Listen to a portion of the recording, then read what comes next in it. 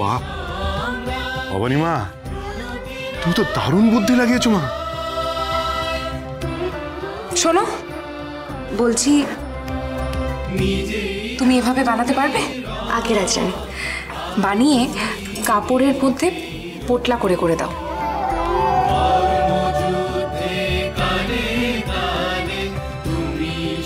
দারুণ বুদ্ধি তো।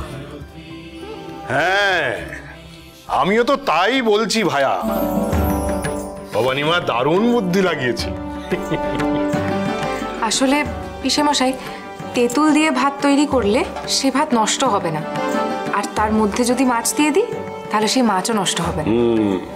এই পদ্ধতিতে তৈরি করে দিলে সৈন্যরা ভাত মাছ দুটোই খেতে পাবে। ধন্য ধন্য আপনি রাজরানী। দয়ারাম দাদা, এই না হলে আমার বউঠান। সৈন্যরা দীর্ঘদিন ধরে ঘর সংসার ছেড়ে থাকে, তাদের মনে এই ভাত নিয়ে বেশ অস্থিরতা থাকে।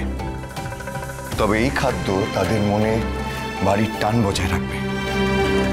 ধন্য রাজরানী, তারা যুদ্ধে লড়ার আলাদাই উত্তম পাবে। কান্ত ভাই শোনো, সবই ঠিক আছে মহারাজ, কিন্তু আমার মনে আপনাকে নিয়ে দুশ্চিন্তা গিয়েও যাচ্ছে না।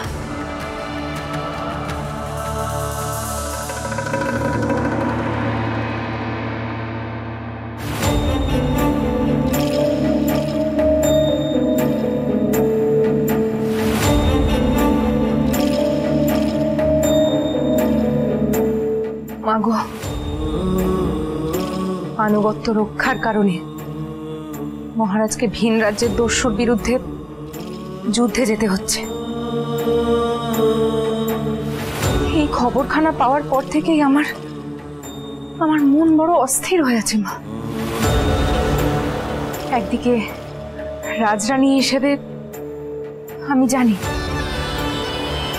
যে এই সিদ্ধান্ত আবশ্যিক, কিন্তু ওনার সহধর্মিনী হিসেবে আমার যে বুকও কাঁপছে মা। তুমি তো জানো আমার হৃদয়ে যাই শঙ্কা হোক না কেন, আমার গন্তব্য একমাত্র তুমি। আমায় জোর দাও মা, আমায় আমার মন শক্ত করতে হবে। মহারাজ কালই যাত্রা শুরু করবেন, তাই